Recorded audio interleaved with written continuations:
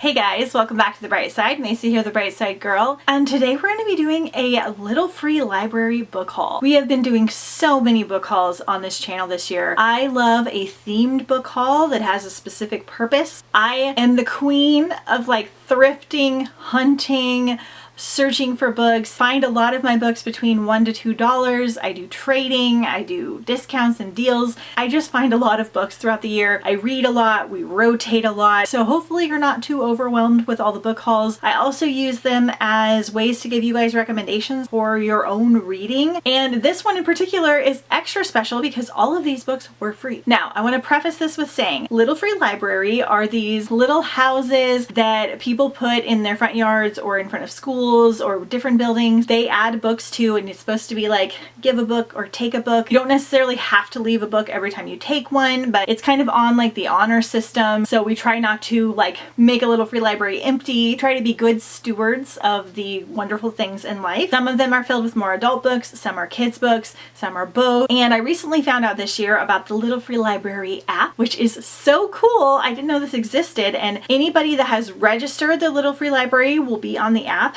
So you can search your area for Little Free Library. Not every Little Free Library will be on the app because they have to register them. I do believe this costs for the person running the library, but there are so many on there. It's fun to do when you're in a different area or when you're on vacation. It's just a way to like hunt for books. I find it fun even when I don't find anything because some of the Little Free Libraries are really cute. Some of them post pictures in the app that you can see before you go to them, but they have all different kinds of like designs. Some people change the theme every month. It's just such a fun thing. So here is my good stewardship of doing this. One, I am able to find books very inexpensively around me. I have a ton of books already. I use a lot of books for photos. So what I do is whenever I do a big unhaul, I have a huge stack of books and I will take some of them. I put them in a little bag in my car and they are for Little Free Library. So if I go hunting and I see something, I always have something I can drop off. And sometimes if they're really low on books, I'll add books anyway. I will pick up books from Dollar Tree to add to the Little Free Library because Dollar Tree actually gets a lot of really cool releases and some really popular authors, so it's not just stuff that nobody wants to read. So I'll stock up on different things from them as well as a way to kind of give back to the different communities. So because I'm able to find books so inexpensively and because I'm kind of a book hoarder, I have tons of books, I will leave 2 to 3 books per every book that I take. That's just something I like to do because again, I'm finding books a lot of the times for like $1 or $2. Again, I'll try to leave books if it's low on books, even if I didn't take anything, or if they don't have any like good looking books, I'll leave some. You do not have to do that. It all depends on your situation and what you're able to do, but I just wanted to preface that because I am someone who buys a lot of books and has a lot of books, so I'm not just like stripping these Little Free Libraries of all their good stuff. And I try to leave books that are kind of comparable to what is in them already. So that's just my little personal Little Free Library rule, but I found some good things. This is the stuff that I have found since March when I found the Little Free Library app and decided to do this kind of a video. And there are so many. There are like 6 Little Free Libraries in my neighborhood, and it's not the kind of neighborhood that you would think would have that many. And then just around me there are so many. So I think I've visited like over 20 Little Free Libraries since March. So that's where I'm able to get all of these, and some of them I have visited frequently. So yeah, so we're going to show you some of the stuff I have found at Little Free Libraries, inspire you to go out and hunt and leave books in them and just have a really fun time book hunting. Okay, so I found the Sisters Grimm. This sounds very cool. It's a fairy tale, like elemental magic adult read. So once upon a time, a demon who desired earthly domination fathered an army of dark daughters to help him corrupt humanity. As children, Goldie, Liana, Scarlet, and Bay dreamed of a strange other world, a nightscape of peculiar mists, mysterious falling leaves, and hungry ivy. In the shadowland of Everwhere, the 4 half-sisters, connected by blood and magic, begin to nurture their elemental power, learning to control earth, water, air, and fire. But at 13, they are ripped from Everwhere and separated. 5 years later, they still feel the loss of one another and their supernatural strengths, though they have no memory of either. I had never heard of this, and it sounds incredible. I got The Pirate's Own Handbook by Charles Elms. This looks like it's probably an indie book. It's an older one. I found this down by the beach, which was really cool. I think it's nonfiction told about famous pirates like Mary Read, Jean Lafayette, Benito de Soto, and I found this during Mermaid Marathon and I was like, this is perfect. It has really cute little old school illustrations as well. So something kind of quirky. Abby Jimenez, Just for the Summer. I have not read Abby yet because I hear that sometimes her books are kind of tearjerkery and I don't always love those style of books. I'm also not big on contemporary romance, but I love her Instagram account with her dogs, and she's like such a cute person. So I want to give it a try and see how it goes. I think these are no spice romance books, so I guess we're going to start with this one since it's the one I found. The Southerners Book Club Guide to Vampire Slaying by Grady Hendrix. So this is an adult, standalone, gothic, slight horror read. So Patricia Campbell's life has never felt smaller. Her husband is a workaholic. Her teenage kids have their own lives, and her senile mother-in-law needs constant care.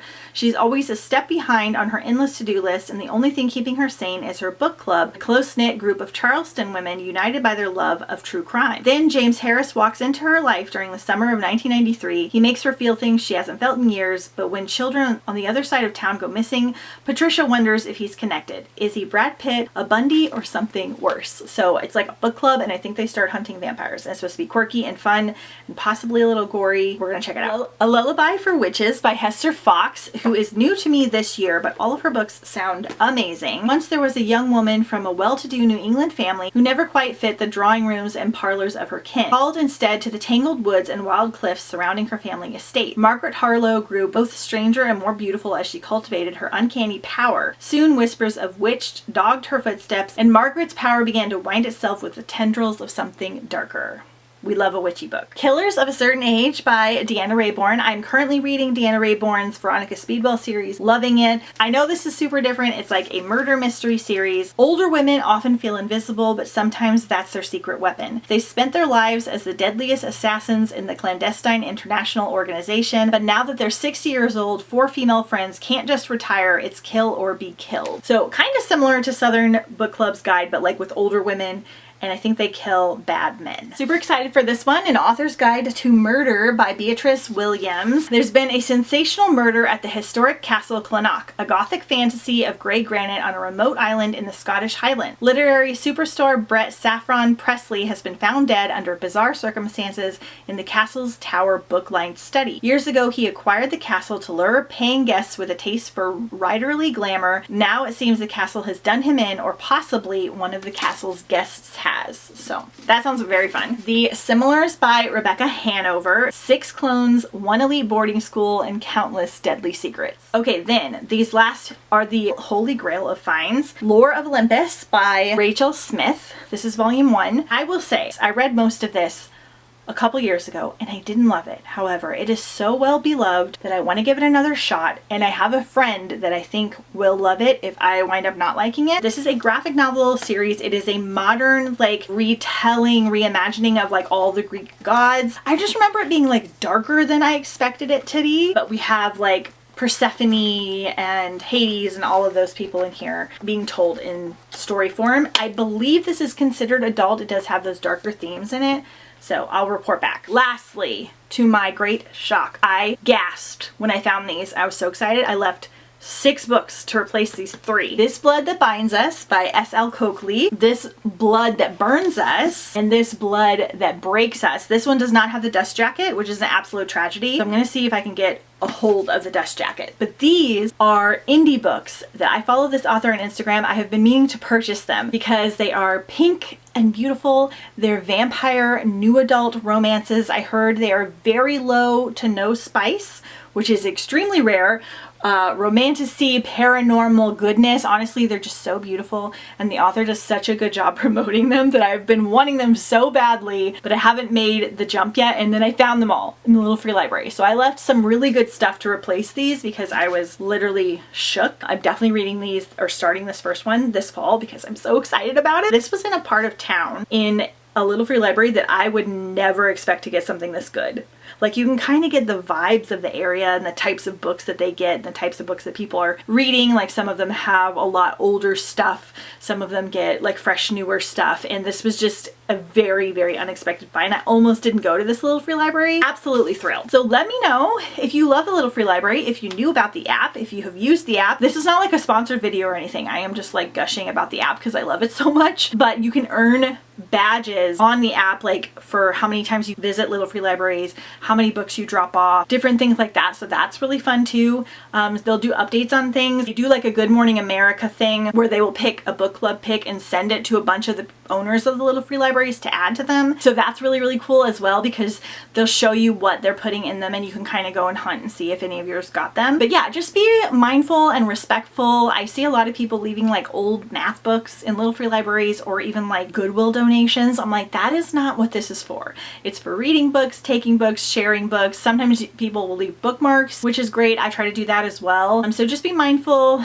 Be polite. Don't strip a Little Free Library and leave it bare. Try to drop off extra if you can. And yeah, just take care of these wonderful community things that are provided for us. So hopefully you guys enjoyed this video. Let me know if you want me to continue collecting and showing you another Little Free Library find. I always want to share different ways that I can find books without buying them new, because while I love having a big, beautiful book collection, it's like my personal library, I just can't be out here buying brand new books constantly all the time, because I have a lot of other things that I want to buy, a lot of goals that I want to meet, and there are just so many ways to find them inexpensively. Let me know if this is helpful to you. Don't forget to follow me on Instagram at The Bright Side Girl. I share a lot of my Little Free Library finds on there as well, and I will see you guys next time on The Bright Side.